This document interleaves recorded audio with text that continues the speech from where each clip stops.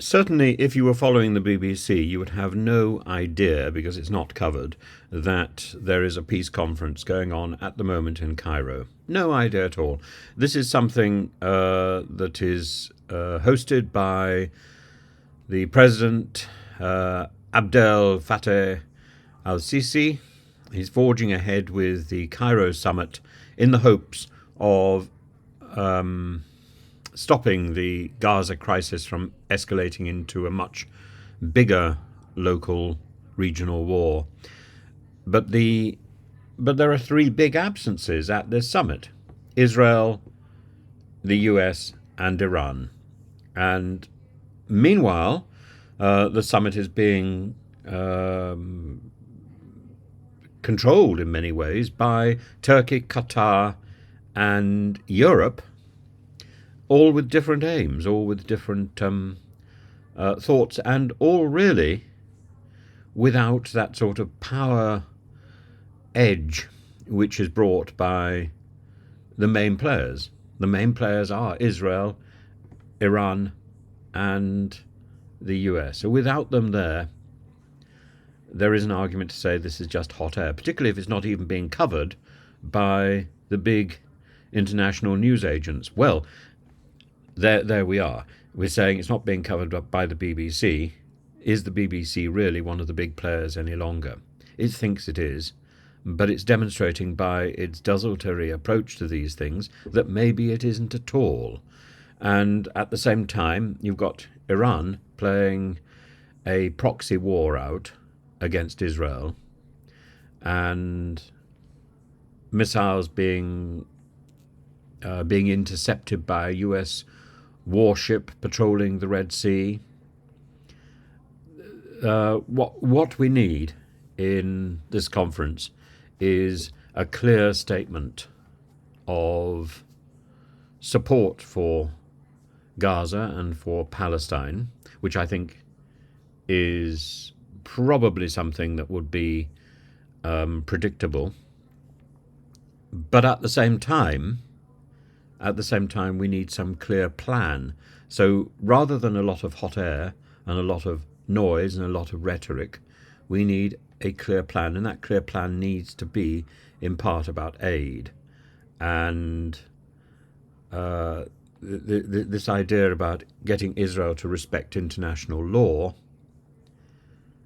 I think that is compromised by the lack of clarity about the position of the Gaza Strip within international law. Is Gaza a separate country, or is Gaza a country that is in some way protected by, controlled by Israel? And that isn't clear.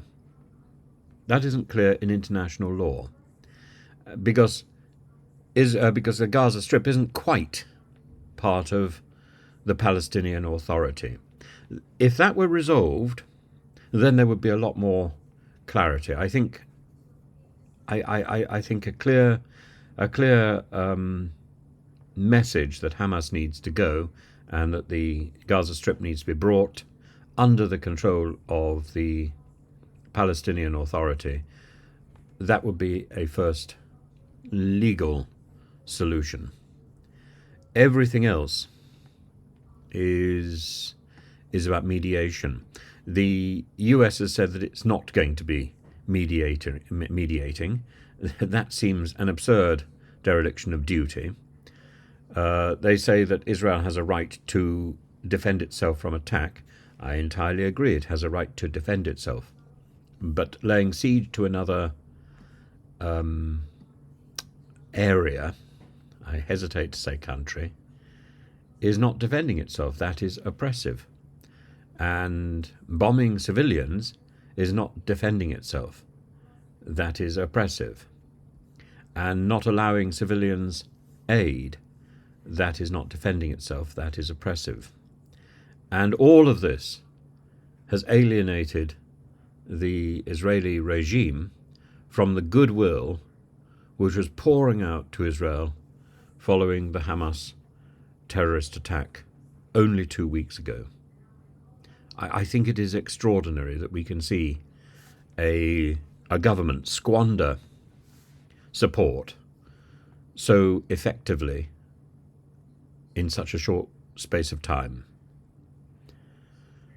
The next thing is, if the rhetoric is condemning Israel, then it also needs to be in support of the Gazan refugees. But nobody wants the Gazan refugees. The Jordanians don't want the Gazan refugees. The Egyptians don't want the Gazan refugees. So what exactly is the position here?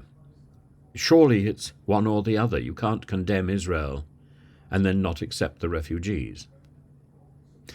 So again, it's up to other countries. It's up to Europe. It's up to Britain to lead the way and welcome Gazan refugees, at least if they can get out. Now that the Rafah crossing is open, presumably refugees and those with dual nationality can escape the Gaza Strip. We would hope that others can make a case to escape the Gaza Strip. And we would hope that, for example, the British would have some sort of consulate authorities on hand at the Egyptian crossing to support people who want to apply to the UK for refuge. I think it's a tall ask given Suella Braverman's approach to refugees so far, but it would be a way to lead by example. If we are not prepared to take refugees, how on earth can we expect Egypt or Jordan to take refugees? We can't ask somebody else to do what we ourselves would not do. And we cannot condemn the offensive actions of Netanyahu without offering support to those people who are being put under pressure. It simply isn't. It isn't realistic. It's hot air, and it's